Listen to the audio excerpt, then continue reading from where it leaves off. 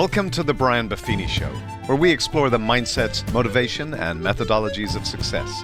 Here's your coach, Brian Buffini.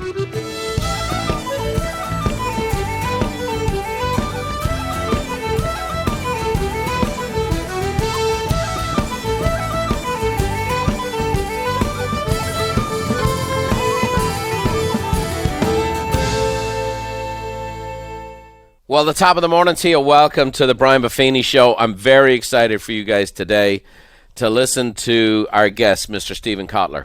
Now, Stephen is a New York Times bestselling author. He's an award-winning journalist and the executive director of the Flow Research Collective. He's one of the world's leading experts on human performance. He has 9 bestsellers out of 13 books, which is hard to do if ever you've tried. Including his latest, which we're going to get into today, The Art of Impossible. The Future's Faster Than You Think, Stealing Fire, Bold in Abundance, and one that really woke me up was The Rise of Superman. And so he's been nominated for 2 Pulitzer Prizes, which is phenomenal. He's also the co-host of the Flow Research Collective Radio, which is a top 10 iTunes science podcast. Now, you're saying, what are we bringing a scientist on here for? Well, guys, if you've ever heard me talk about flow, and the times I got to spend with Mihai Csikszentmihalyi, who wrote that book. 30 years ago, I got exposed to this concept. It's helped. I've infused many of these ideas into our goal writing exercises, the things we do in our coaching program that's helped hundreds of thousands of people. And so what I'm so excited about today is that Stephen has taken the concept of flow, and I really feel, and I don't know if this will embarrass you, Stephen, or not, but I feel like you've taken this thing to a whole nother level here with flow. I'm so excited to have you on here today. This is subject matter that's changed my life, and we're delighted to have you on here today and give your perspective. I'm delighted to be with you. I also have to, you get props from me, 1, for the Pogues opening. I'm pretty sure that was the Pogues. And 2, you correctly pronounced Mike's name, which never happens. So yeah. Well done.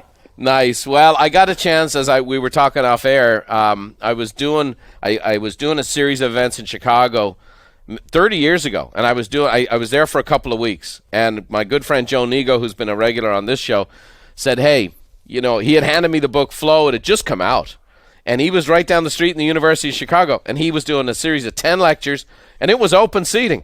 And I couldn't believe it. No one knew who he was at the time. He was this lecturer. And I kind of walked in. I'm sitting in the front row. And I think about this years later. And I'm like, I had no idea. Yeah. And I had all of these pages and pages and pages of notes and just extraordinary stuff that has really influenced my life significantly. So I'm so excited to have you here today. Now, we're going to get into that. And we're going to talk a little about flow and obviously all the work you're doing. Before we dive into the newest book and all the work you have with The Art of Impossible, tell the folks a little background. Where are you from? Where'd you grow up? And how did you get into this crazy line of work?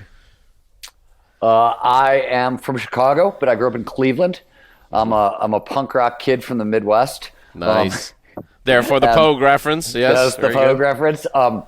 And I got into, my whole career, the easiest way to explain it is I have spent 30 years studying those moments in time when the impossible becomes possible.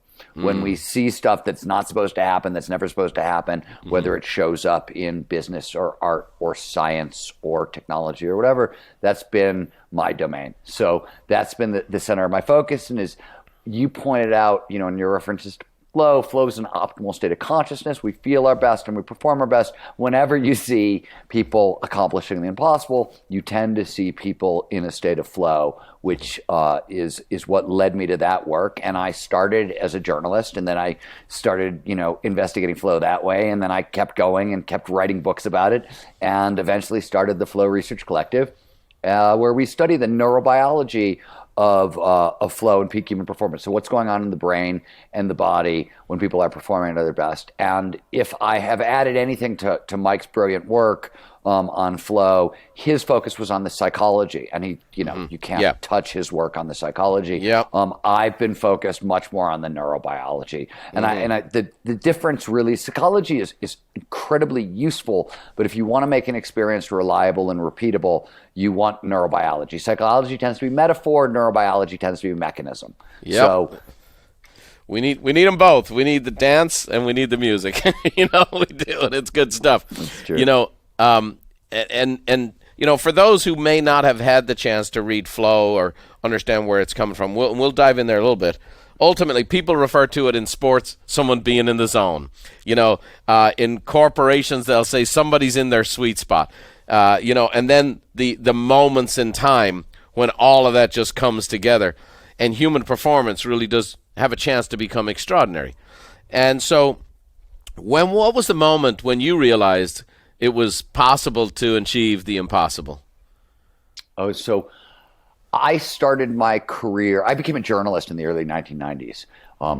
And journalism is this crazy job where they pay you to go learn about what you're curious about, right? Like a crazy job. Like, I got paid for this? Okay, like happily. And the thing is, I was obsessed with neuroscience because in the 1990s, I was really interested in how do people work, how do human beings work. In neuroscience in the 90s, we started going from, okay, these are all the parts of the brain, this is how they work together, to, oh, wow, now we can start decoding behavior and what people are actually doing. And so it was hugely fascinating. The other thing I was fascinated by was action adventure sports, surfing, skiing, rock climbing, and snowboarding and the like. And the 1990s in all action sports is often referred to as the era of impossible, where more so-called impossible feats, things that had never been done and were long believed were never going to be done, they weren't just being done, they were being iterated upon. And I spent about 10 years chasing professional athletes around mountains, across oceans, and seeing all this up front, up close and personal. And first of all, what they were doing was amazing. The performance itself was amazing. I'll give you one. We won't linger on action sports, but just so people understand what we're talking about. Surfing is a very old sport. It's 1,000 years old. Progress is slow, right? From 400 AD to 1996, the biggest wave anybody's ever surfed is 25 feet. Above that, ironclad law. No, it's totally impossible. A surfer can't paddle into a wave bigger than that. You can't ride a wave bigger than that. There are physics papers written about how you can't do that. And yet, today, a couple decades later, surfers are routinely paddling into waves that are 60, 70, 80, 90. The record is now 115 feet for the biggest wave ever surfed. And that kind of progress was showing up all over action adventure sports. So one, the obvious question, what the hell is going on, right? Like, where is this coming from? Why is this coming from? More importantly, and what really caught my attention, you don't have to know a whole lot about neuroscience to know that certain conditions produce peak performance and certain conditions don't. And the action adventure sport athletes I was spending all my time with, most of them came from really bad childhoods, like broken homes, really horrific childhoods. They had almost no money. They had very little education.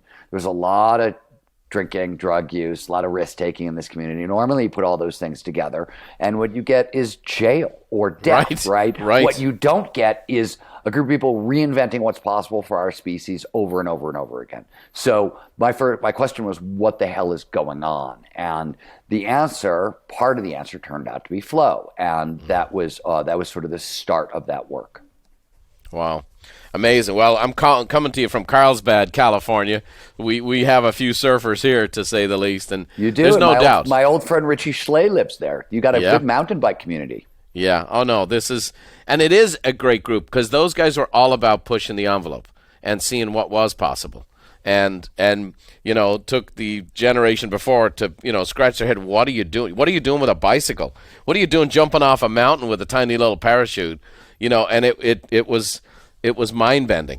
Why don't we just do this for a second? I would love, this the whole dynamic. You've spent 20 years of your life talking about flow and studying it and analyzing it from a perspective that it is very unique where you've come from. Talk to the folks that are listening today. They're like, hey, how do I do better at my job? How can I be a better realtor or salesperson or a mom or a dad or I'm a kid listening to this and I'm in college and I'm trying to make the team. How can flow be accessed by everyday ordinary folks like me and them to do these extraordinary things? So everybody, let's give an operative definition of flow, just so if you're listening and you don't quite know what flow is, here's what we're talking about. The shorthand definition that you've heard us using, Brian and myself, is an optimal state of performance where we feel our best and we perform best. That's flow. More specifically, it refers to any of those moments of rapt attention and total absorption. We get so focused on the task at hand that everything else just seems to disappear. Action awareness merges, your sense of self-consciousness that diminishes or goes away completely. Time dilates, means it passes strangely. Usually it speeds up and you'll get so sucked into what you're doing, 5 hours will go by in like 5 minutes. And throughout, all aspects of performance, both mental and physical, go through the roof. And through the roof is not hyperbole. Flow is a massive amplification of skills. So on the cognitive side, we see increases in motivation, productivity, grit, creativity, learning, cooperation, collaboration, empathy, and environmental awareness, which is our ability to see and perceive the natural world. There's on the physical side, we get strength, stamina, endurance, fast twitch muscle response, a bunch of other stuff. But on the cognitive side, which is mostly where I focus my work, that we see a huge increase. Sometimes, depending on whose studies you're looking at, 500% above baseline is not that's the ballpark. For example, productivity has been measured 500% above baseline in flow. Creativity is like 400 to 700% above baseline. Department of Defense did studies of soldiers in flow and studied their learning rates, and they found their learning rates were 240 to 500% above normal. So huge amplification in skills. So when we talk about peak performance, we're talking about a big peak. And here's the cool news. Here's the cool news for everybody. Flow is how evolution shaped human beings to perform at their best. What that means is we are all hardwired for flow. So anybody listening to us have this conversation can drop into flow. And how do you do that? Well, what we now know, flow is defined psychologically by core characteristics. It's defined neurobiologically by a bunch of different mechanisms in the brain. All that besides the point. To trigger those mechanisms, we now know flow states have triggers, preconditions that lead to more flow. Probably back in the 90s when you were hanging out with Mike, he was talking about 3 of them: clear goals, challenge skills balance, and immediate feedback, right? Those are the first 3 discovered. We now know there are about 22 of them that have been discovered. There are 12 individual triggers, which will drive me into flow by myself or Brian into flow by himself. And then there's group flow, a shared collective flow state. So a team performing at their very best. And there are 10 group flow triggers. There are probably way more. This is what the research community has discovered so far. And the really simple version is this. If you want more flow in your life, these triggers are your toolkit, right? That's what you reach for. We can go into a lot more detail. I love that. But the that's triggers the really are your toolkit. simple version. Yeah, that's great. The triggers are the toolkit. And I think that's the key. Give us your favorite triggers to help you get into a state of flow. You've written 9 best-selling books. You've had rapt attention, and self-consciousness has gone away in your work. What do you do to help create a state of flow for yourself? It depends on the situation, right? Because different triggers. First of all, there are 22 triggers. Right. Everybody's a little different. Which triggers are going to work best for me, different from you, and which triggers are going to work best in what situation, a little bit differently. I was skiing yesterday. I was in the terrain park, and risk, fantastic flow trigger. That, you know what I mean? We were filming, and I knew I hate skiing for the camera. It's my least favorite thing to do. Okay. And we were filming, and I knew I was like, okay, I got to drop into flow really fast. And so the first feature I saw, there was a tube I'd never seen before, and I was like, okay, that's novelty. Novelty's a flow trigger. Risk is a flow trigger. Let me do something new with the tube that I've never done before. It doesn't have to be big, right? But just a little bit of risk, a little bit of novelty, drop me more into flow. And let's help people out by, I said flow has 22 triggers. They all do roughly the same thing. Flow follows focus. It only shows up when all of our attention is in the right here, right now. So that's what the triggers do. They all drive attention to the present moment. If I were to explain it neurobiologically, I would say, hey, the triggers do 1 of 3 things. They either drive norepinephrine and or dopamine into your brain. These are neurochemicals. They're mostly reward chemicals that reinforce behavior that the evolution wants more of. But they're focusing chemicals. So when dopamine or norepinephrine is in our system, we just pay more attention and we're more excited about whatever is right in front of us. Or the triggers lower cognitive load. Cognitive load is all the crap you're trying to think about at any one time. And if I lower your cognitive load, I liberate extra energy that you can repurpose for attention. So we were talking about risk and novelty, which are 2 of my favorite flow triggers. Right. Novelty and risk, by the way, both of them, whenever my brain encounters novelty, we get a little squirt of dopamine. Dopamine enhances focus, and a little more of that, you'll start to move towards flow. So does risk. But my favorite flow trigger is creativity, pattern recognition. So when we link ideas together. So when I pulled into the terrain park, I saw a pipe a pipe stretched horizontally across the jump. I'd never seen it before, but my brain went, oh, that pipe is a little bit like this thing that you did a shifty tail tap off of 2 weeks ago. I'll bet you could do it here. That's pattern recognition. And then I went and executed that took a little risk. Yeah. Pattern recognition also gives you a little bit of dopamine. And we're all familiar with this. The cognitive version, forget the physical version. Anybody who's ever done a crossword puzzle, a Sudoku, you get an answer right, that little rush of pleasure you get, that's dopamine in your system. And so that comes from pattern recognition, comes from creativity as well. I'm a writer, so this is my favorite flow trigger, right? Whenever you're doing cool things with language, you do a lot of podcasting when you're having a great conversation, you're doing cool things with words, right? That will trigger the pattern recognition, start producing a little bit of dopamine, can drive us into flow. That's probably my favorite trigger because, as I said, risk is a really good flow trigger, but you don't want to, there are situations when you want to take a risk, and there are a lot of situations where you're like, no, right. That's not what I'm looking for right now. That's going from flow to fail, right? Yeah, exactly. And you'll love this.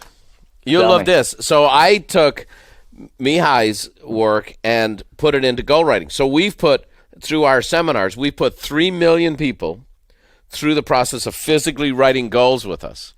And we actually wrote music. Soft, classical, Baroque-style music to relax that right side, entertainment-seeking side of the brain to help create a state of flow. And we've done this all over the world for 25 years. And we'll have people write goals. Well, they're at a 2-day conference. And we'll do this exercise for 18 minutes.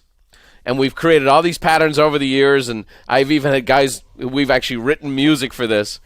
And people will come out of it like a submarine coming out of the water. And it'll be like, and I go, now, come on back to me, finish up. And they'll go, well, we just started. Like, no, that was 18 minutes. And for some of these people. Goal setting in general can produce a little bit of dopamine. Clear goals is a flow trigger, right? Right. And clear goals work as a flow trigger because they lower cognitive load. Clear goals are nothing more than a daily to-do list, right? We're not talking about high, hard goals or mission level goals. You need, so in The Art of Impossible, the new book, which is all about the biology of peak performance. Most of it's about flow, but there's a bunch of other stuff. We talk about goal setting. And our biology is hardwired for 3 levels of goals. We want mission level goals to sort of steer from. So I'm a writer. A mission level goal for a writer is I want to be the greatest writer in the history of the universe. And by the way, that's an actual title. I didn't know if you knew that. That's a thing. You get a cape with it. That's great. That's a thing. And so that's the mission level goal, right? A high heart goal, which is a great way to boost motivation. Higher goals are like the 1 to 5 year chunks. So I want to be the greatest writer in the history of the universe. I want to write a book on flow. I want to write a book on focus. I want to write a book on fishing. Take your pick. I want to get a degree in journalism. All the sub steps that go into that. Yeah. And my clear goals is my daily to-do list. I want to write 500 words today that make my readers feel joy or whatever I want them to feel, kind of thing. Right. That's a clear goal. Now, clear goals, Mike discovered way back in the day, are a flow trigger because they lower cognitive load. As a general rule, we're holding our to-do list in our head. Right? And it's taking up space. And once we export it, and by the way, when we export, when we write it down, you want to write by hand if you can. It's better than typing. But that clear goal list lowers cognitive load and it works as a flow trigger. You can also use goals like in a situation. Say I'm you're a golfer and you're shooting really well, and then you're like 2 holes from finishing, and you're like, holy crap! If I par the next 2 holes, I'm gonna. You're talking about last Saturday for me, okay? And help me, please. Because I spit the bit. I threw up all over myself. My mother has been trying to shoot under 100 for 22 years. She did it for the first time 2 days ago. I was so proud of her. 22 years. She's 80 years old. That is awesome. Under 100. That's awesome. So tell me, what do I do? Because, I got out of it. I had been totally focused. I was playing, and then I made the mistake. We were backed up on the 17th tee. I'm waiting around. I added up my score. And I went, okay, this will be my lowest score in a tournament in the last 5 years. And then I proceeded to think about everything other than what I was supposed to do. So there is an argument in the flow community about this very thing, and it started with golfers. So there's a group out of Australia led by a guy named Christian Swan, brilliant guy, though I think he's wrong, who says, hey, wait a minute, there's a different state. It's called clutch. Clutch is what happens when you're in flow and then you realize you're like 2 shots off the lead. And if you do exactly what happened to you. And then some people, most of us, fall apart, right? Like most of us just fall apart. Some people can shift into what they're calling clutch. I still think it's flow, but it doesn't matter. So yes. So here's what happened to you. You asked my favorite flow trigger, and this is probably it, though I like creativity, but it's what's known as the challenge skills ratio. So flow follows focus. We pay the most attention to the task at hand when the challenge of the task slightly exceeds our skill set. So you want to stretch but not snap. Now, this is a little tricky because for shy or timider people, when you're using your skills to the utmost, you're outside your comfort zone. Not a lot, but you're a little bit outside your comfort zone. You got to get used to that. For really type A types, the problem is they'll take on huge tasks, so much bigger, right? Just for the fun of it. And the problem is then there's too much anxiety. So it's this very center balance between boredom, not enough stimulation, I'm not paying attention, and anxiety, whoa, way too much, I'm paying too much attention. Too much anxiety produces too much norepinephrine. A little bit of norepinephrine is fantastic. It drives focus, it's excitement, drives flow. Too much norepinephrine, we have a different word for that. We call that anxiety, right? High blood pressure. High blood pressure. So what you did is you upped the challenge skills balance at a time that you probably shouldn't have, right? Yeah. So it went from, by the way, that's one of the reasons I hate filming. I was skiing yesterday, right? And I'm in my sweet spot. It's all going great. And no, you want to bring out a damn camera? You know what I mean? Like, no, I'm an introvert. I think I'm feeling good, man. We're not keeping score. I think I know what I'm doing. Don't tell me I'm not, you know. So, and so this is a big thing because you kind of, and again, you've got so much good stuff. You're talking about, when you have rapt attention and then your self-consciousness goes away. Well, what happens is when anyone's about to do something especially publicly, and we're in a world today where rapt attention is under attack every second of the day, and being connected and disconnected from our self-consciousness is every hour of the day, and everything's on YouTube or Instagram or Snap or whatever the heck you want to put it on. So, how do we keep rapt attention, and how do we stay away from this becoming just so consumed what other people think? So what were you saying? I got distracted by something on YouTube. All right. Sorry. It was just right there. Yeah, you had to do it. That's good. I had to do it. So you're not wrong. And what we train people to do really, so one, flow follows focus. So obviously complete concentration is the first flow trigger. Yep. You are biologically hardwired to focus in 90-minute blocks. I know that sounds weird, but we all know this because we know REM cycles are 90 minutes long, right? Well, the body, things that work get repeated over and over. So we have a sleep cycle that's 90 minutes long. We have a waking focus cycle that's 90 minutes long.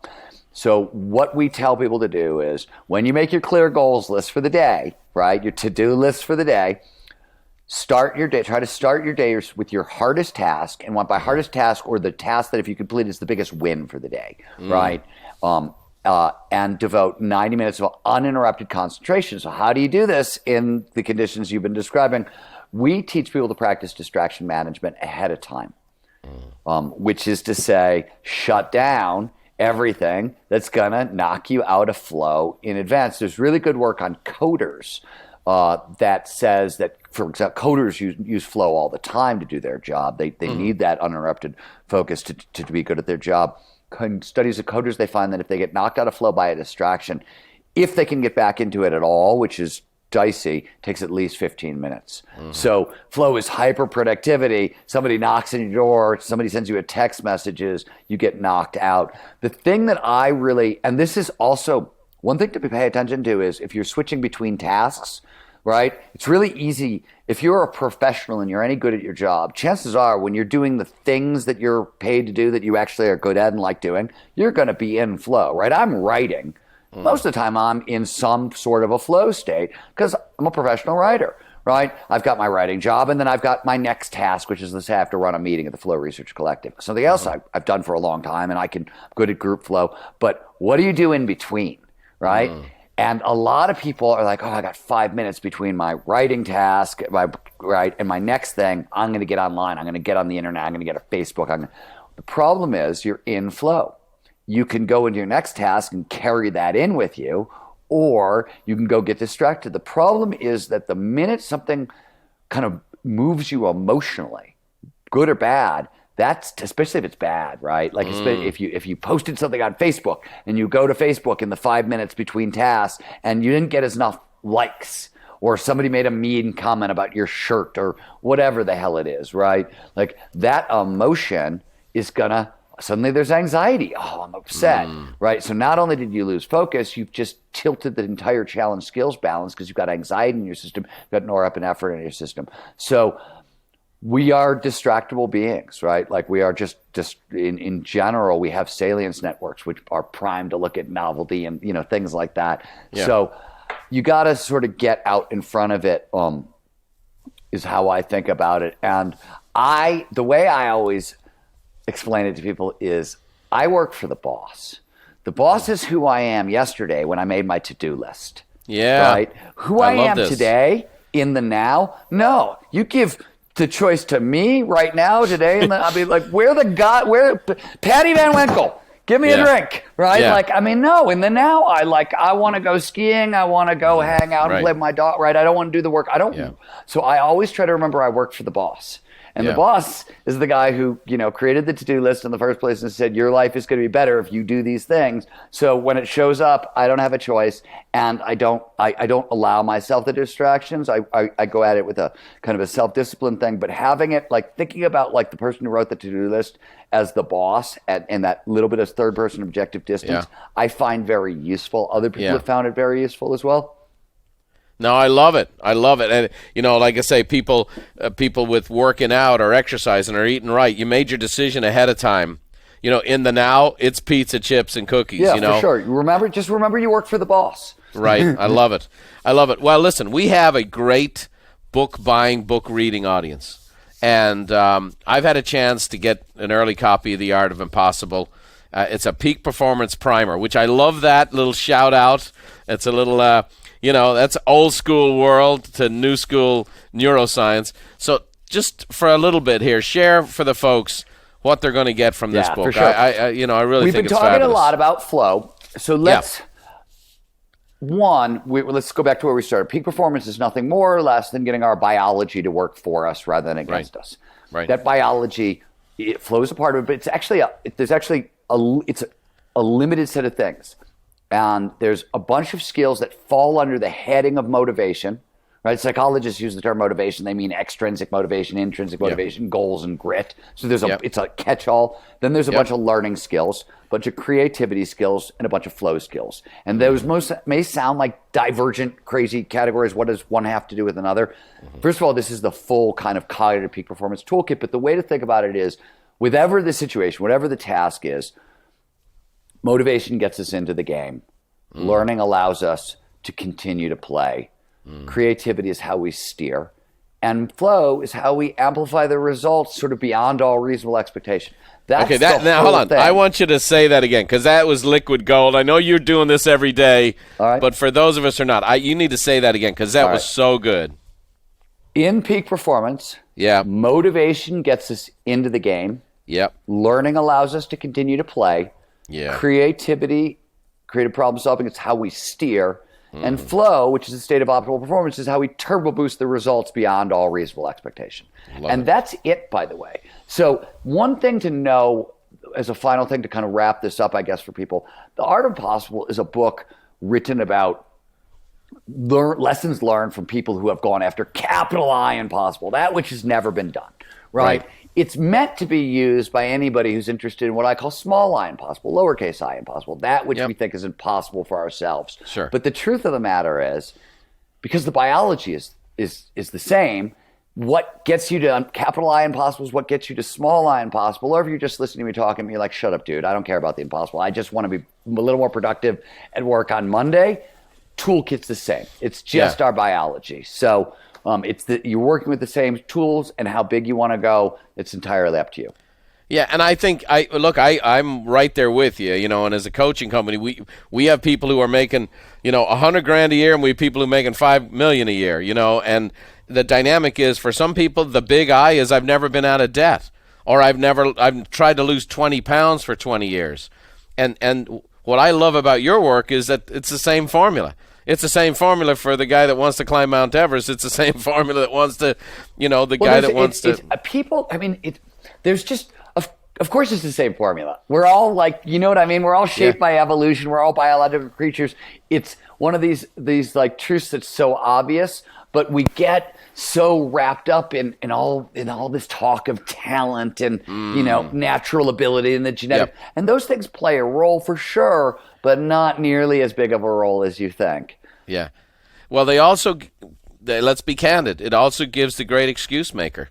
We see somebody doing something extraordinary who has a lot of talent, and they're optimizing their talent. And they go, well, I was just at the back of the bus when they were giving out talents and gifts. And, we have a process for actually uncovering people's talents so we can coach them. And we literally will interview people, and they say, well, I'm excited to see this because I'm 40 years of age and I don't think I have any abilities.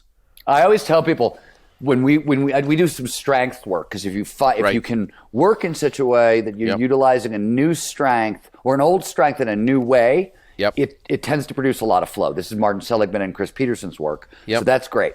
So we do the same thing, and one of the things I always point out to people is, remember I talk about what I call invisible skills, and the example I always give is, if you grew up in a household where mom and dad drank too much and got in arguments, and you got really good at keeping the peace in a violent, aggressive situation, that's an amazing invisible skill. You can diffuse an argument in the real world. Oh my God. Well, we interviewed Matthew McConaughey, and McConaughey would say, he grew up in a very situation like that. His mom and dad were, divorced 3 times and married 3 times and divorced twice, the crazy type nonsense. But that the skills that he learned to do that is why he's able to play all these different roles. He uses that gift, that talent, that strength. Oh, well, I mean, look, I grew up in some tricky situations. And when you grow up in tricky situations, when it's tricky at home and it's tricky at school, you get really observant. You get really good at watching people and going, is this safe? When's it dangerous? When's it safe? When's it dangerous? When's it safe? One of the reasons I'm really good at my job is I'm a phenomenal cold reader of situations, because you have to do that to survive when you're growing up hard a little bit. Yeah. Those are really amazing skills, phenomenal skills in the real world. All right, another one, and this was one that I had to realize. I was a bartender through college and grad school, right? That's how I got through them. And as a bartender, my income came from my ability to talk to anyone and make them laugh. Right. I'm going to get you to like me, and I'm going to make you laugh, and I'm going to get you to drink more so I can have your money. Yep. That's the game, right? And I got really good at it. And as a result, I could talk to anybody. So when I became a journalist, fantastic, because I've already got the skill. Put me in a room with anybody, I'm good. I know how to do this. I'm better if they're drinking, but I'm good. I'm good at doing. You know what? It works. It works. You know what? I'm going to say this: The Art of Impossible is a very cool book, and thank you, sir. I loved The Rise of Superman because that was kind of a a mind blower. But The Art of Impossible, as a guy that leads a company that coaches people, I just think is a very, very useful, understandable, powerful, where you bring the science and the practical together and create a kind of a roadmap for people. They know what the heck to do. So I just wanted, I'm so happy you said that. Because the science is what's not new is the bits and pieces, right? We've known about focus is important, mindfulness is important, gratitude is important, or goals are important. Like, we've known these things for a long time.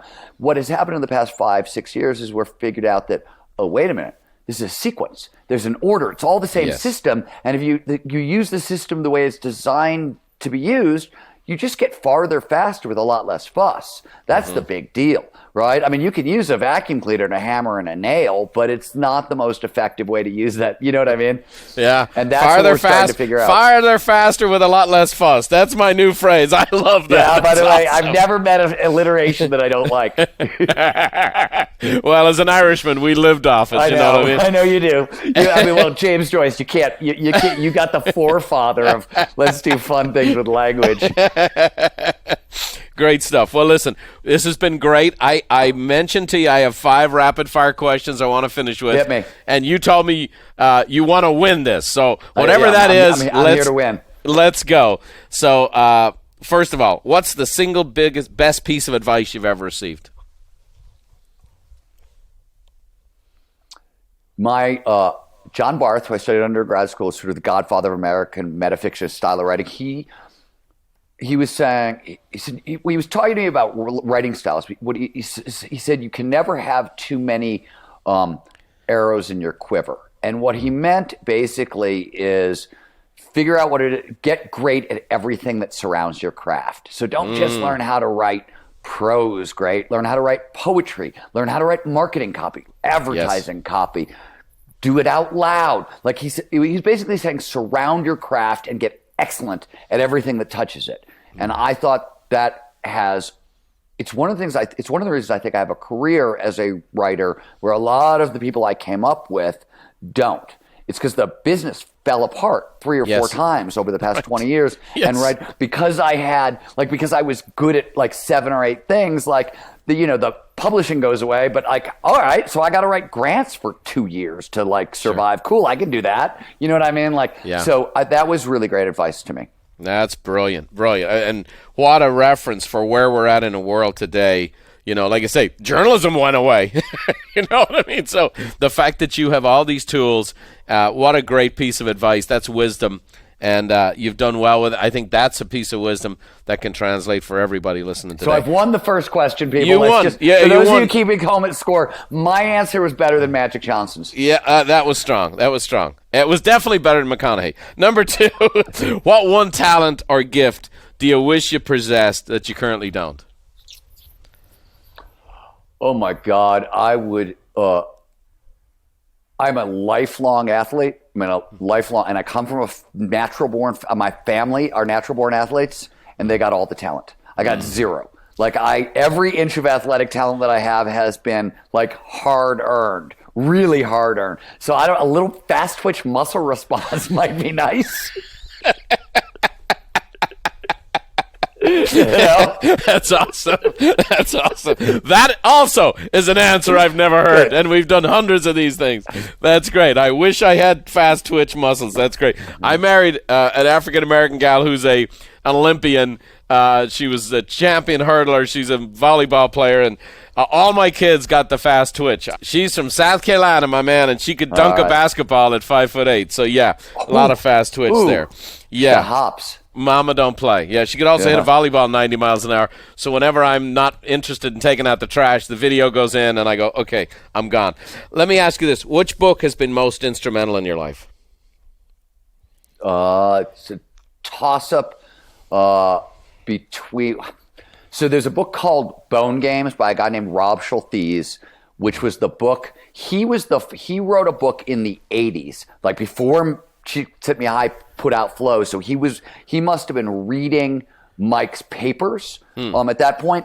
But he wrote about the neurobiology. Bone Games is a book about like the overlap between endurance sports and like Native American vision quest rituals and a whole bunch of like weird stuff like that. But they're all flow triggers. They all produce flow. And he said, hey, all these things seem to be the same. And he started talking about the neurobiology of flow. And I was... At the time, right, psychology wasn't all that interesting to me. It was too squishy. I wanted mechanism. What makes it reliable and repeatable? And so he was speaking my language. So that book, and there's another book by a guy named David Quammen called The Song of the Dodo. I'm a huge lifelong environmentalist. I run an animal sanctuary. I've worked in this field for a very long time, and Song of the Dodo is the best overview of systems ecology, island biodiversity, the current environmental crisis, everything. A super fun book to read. So I like that. To me, was hugely influential for that half of my work. Very cool. Very cool. Okay. I don't know if you're much of a movie watcher or not, but what's the one movie that every time it's Blade on, Runner. you kind of stop? Blade Runner. Blade Runner. Come on. That's Blade it. Runner. What is it about Blade Runner? What is it about that does it for you? Well, okay. Probably more than anything else, the single thing I like best in literature is heroic resignation. And Blade Runner is like cyberpunk techno heroic resignation. Like that's really what it is. Right? Wow. You should have written the copy for the movie. That's awesome. Too bad she won't live. Then again, who does? I mean, like that's all heroic resignation. If you in literature, it's a hard truth followed by a harder undercut. So it's like two hard truths in a row. Yeah. And that's how you produce it. And they were great at it. Yeah. Wrapped in techno-punk. Love it. Okay. Last but not least, there's got to be something left on your bucket list. Oh my God, the list is so long. Yeah. To hang out with mountain gorillas is very high on my bucket list. I haven't done that at all, and hanging around with mountain gorillas. I tried to go right before Rwanda exploded, before the genocide, and I was actually I think it was a story for like National Geographic or something, and we got the warning. Like the trip got canceled because there was civil unrest in Rwanda, and that civil unrest turned out to 800,000 dead later. Oh my gosh, crazy. Well, hopefully better times ahead, and that's one of the things. And like I said, I think post-COVID, we're all looking forward to looking back at our bucket list and seeing what we can check off. Oh, and by the way, anybody out there who owns a helicopter wants to take me helicopter skiing. That's always on my bucket list. In the Himalayas? Helicopter skiing in the Himalayas? Anywhere. Okay. Have helicopter, we'll travel. I had a guide, Nils was his name, who led, he's up in British Columbia, and every year he would go over and do these helicopter ski tours down the Himalayas. And I got him with my son, and it was a kind of, this is going to put hair on your chest trip for my son that ended up revealing I had no hair on my chest, because Nils took us up the wrong side of a glacier. We helicopter into this place, and let me tell you, I was not in a state of flow. I was in a state of anxiety, but we figured it out and got it done and came down the mountain alive. So I'm glad you lived. Well, let me tell you, my friend, this has been great. Great time. I hope you've enjoyed being with us today. It's been super fun, Brian. Thank you for your time. I'm a big fan of your work. I'm a big fan of what you've done with Principles. It's blessed my life, and I've used to bless a lot of other people. And I love the new book, The Art of Impossible. I think it's going to go great. I think the time is now. And coming out of this dynamic of where our culture's been, I think a lot of people are ready for a peak performance primer. So great job on the book. Thanks for being our guest today. And as we head off today, I'm going to leave you with a little Irish blessing that the original person who got me into a state of flow was my mom. And here's my mom, Therese, with a little Irish blessing to leave us go today. May the road rise up to meet you, and may the wind always be at your back. May the rain fall soft upon your fields, and the sun shine warm upon your face. And until we meet again, may God hold you in the hollow of his hand. See you next time.